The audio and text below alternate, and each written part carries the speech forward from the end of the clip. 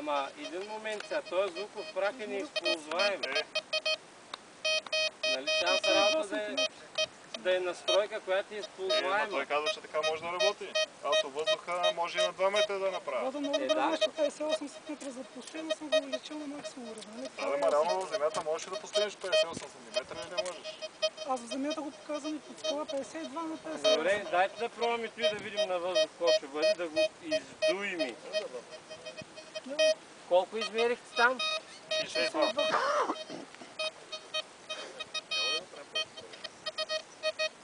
Саша, снимаш ли? Снимам, бе.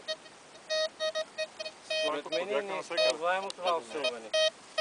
То всеки може да усилва, нали знаеш, че то усилването в един детектор са... Да го стабилизирам, с като даш минета да ми пречи. Очилата виждаме Саша. Вау!